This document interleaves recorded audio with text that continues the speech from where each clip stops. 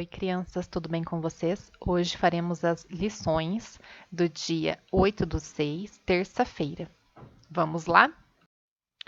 Então, nós temos aqui a nossa rotina, né? Que é o cabeçalho, sumaré, 8 de junho de 2021, as sílabas, pá, pé, pi, pó, pu, pão, os números 100, 101, 102, 103, 104, 105, 106, 107, 108 e 109. Em português, nós temos aqui para fazer as atividades da página 34 e 35, que é mais uma leitura visual, né? Porque é a introdução da unidade do livro. Então, é para vocês fazerem uma leitura visual mesmo.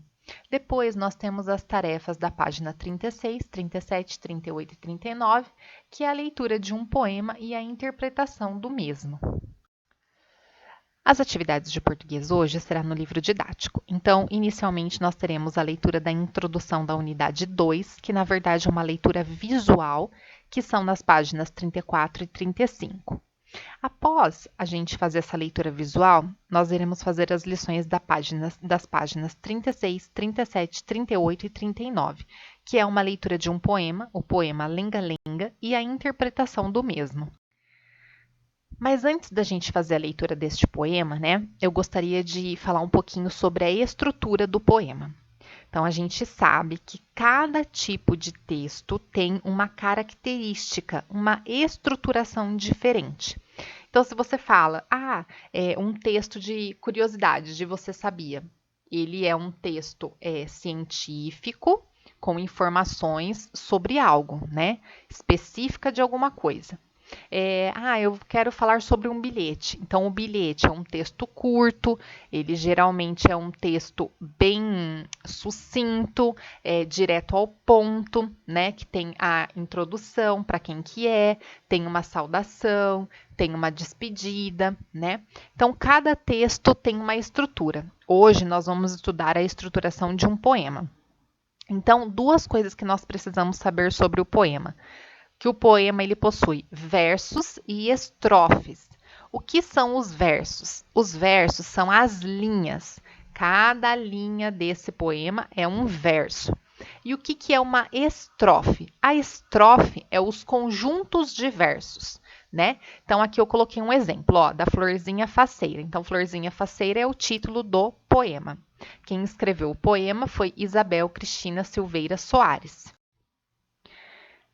Então, olha só, a professora fez o seguinte aqui. Eu coloquei de vermelho os versos. Então, os versos, olha só, eles estão enumerados de 1 a 8. Por que de 1 a 8? Porque significa que tem 8 versos, ou seja, 8 linhas o poema. E aí, eu coloquei aqui de azul, tipo uma chave, né? E eu coloquei primeira estrofe, segunda estrofe. O que isso significa? Significa que esse poema da Isabel, ela dividiu em 2 bloquinhos de versos. Então, olha só, a primeira estrofe, ela é composta pelo primeiro, segundo, terceiro e o quarto verso. A segunda estrofe, ela é composta pelos quinto, sexto, sétimo e oitavo verso. Então, aqui na página 36 e 37 do livro, nós temos a leitura Lenga-Lenga, né? Então, a leitura é A Casa do Seu Damião. Aqui está a casa do seu Damião. Aqui está o saco de grão de feijão que estava na casa do seu Damião. Aqui está o rato que furou o saco de grão de feijão que estava na casa do seu Damião. Aqui está o gato que pegou o rato que furou o saco de grão de feijão que estava na casa do seu Damião. Aqui está o cão que mordeu o gato, que pegou o rato, que furou o saco de feijão que estava na casa do seu Damião. Aqui está a vaca que pisou no cão, que mordeu o gato, que pegou o rato, que furou o saco de grão de feijão que estava na casa do seu Damião.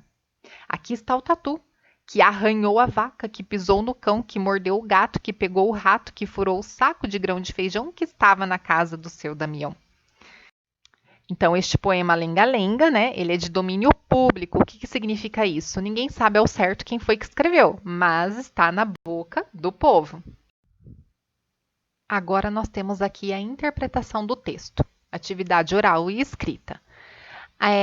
Na número 1 fala assim: agora que você já conheceu a história, converse com os colegas. O que é uma lenga-lenga? O que você, quando alguém fala assim, hoje você tá lenga-lenga, hein? O que significa isso? Significa que a gente está enrolando, né? Fazendo corpo mole, lenga-lenga. 2. Em que lugar o seu Damião parece morar? Pinte o quadradinho com a resposta correta. Aqui eu apaguei porque no meu livro ele estava pintado e aí vocês iriam ver a resposta, né?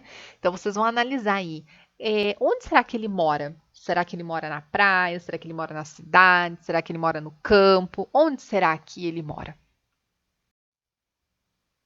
Na questão 5 fala assim: seu Damião e os bichos são personagens dessa lenga-lenga. O que são os personagens? É quem participa da história. Numere os personagens na ordem em que eles aparecem no texto. Então, quem aparece primeiro? Quem aparece em segundo? Em terceiro? Em quarto? Em quinto? E em sexto lugar? Nós temos 6 personagens. Você gostou desta lenga-lenga? Marque com um X. Aí você vai assinalar a alternativa aí. Sim, só para brincar, só para ler e não. E aí depois vem aqui uma organização do que a gente estudou. Esse texto que você leu, ele está organizado em conjuntos diversos, que é chamado de estrofes. Quantas são as estrofes do Lenga-Lenga, a casa do seu Damião? Então você vai olhar lá na explicação que a professora deu e vai relembrar o que são as estrofes, né? Que são os conjuntinhos lá das frases, dos versos. Agora você vai fazer uma comparação. Você vai pegar a primeira estrofe e a última estrofe. E aí você vai fazer um X no que você notou. Então você notou que os versos não têm rimas, que os versos têm repetições, que aumentou o número de versos ou o número de versos não mudou. Na questão 6, fala assim: por que os bichos aparecem na ordem que você indicou? Converse com os colegas a respeito, depois registre a sua resposta. Como a gente não está em sala de aula, conversa com o papai, com a mamãe, com a vovó, com o vovô, com o irmão. E aí você registra aqui qual foi a conclusão que vocês chegaram. Na questão 7 fala assim: para continuar a lenga-lenga, que personagem você colocaria depois do tatu? Então aí você vai ler aqui, ó. Aqui está o tatu, que arranhou a vaca. Então, quem você colocaria para ser o predador do tatu? Então, a gente estudou uma história, né, a lenga-lenga, que é uma história em versos que se juntam e se repetem. Então, dentro dali, a gente viu também o significado de verso, de estrofes e de rimas. Rimas a gente já estava trabalhando, né? Já em matemática, nós temos aqui ordem dos números, maior, menor ou igual. Então, nós vamos trabalhar nas páginas 30 e 31 do livro didático. Antes de iniciarmos lá a leitura das páginas do livro, eu vou fazer aqui uma explicaçãozinha bem rápida para vocês. Então, eu coloquei aqui os números 15, 43, 33 e 20. Então, eu representei esses números pelo material dourado, né? Que são os cubinhos e as barrinhas. Então, o número 15 é uma barrinha e 5 cubinhos. O número 43, 4 barrinhas e 3 cubinhos. O número 33 são 3 barrinhas e 3 cubinhos. O número 20 são 2 barrinhas e não tem cubinho. Por quê? Porque ele não tem unidade, tá? Então, aqui, qual é o maior número? Quem é maior? O 15, o 43, o 33 ou o 20? Quem representa a maior quantidade? É o número 43, certo?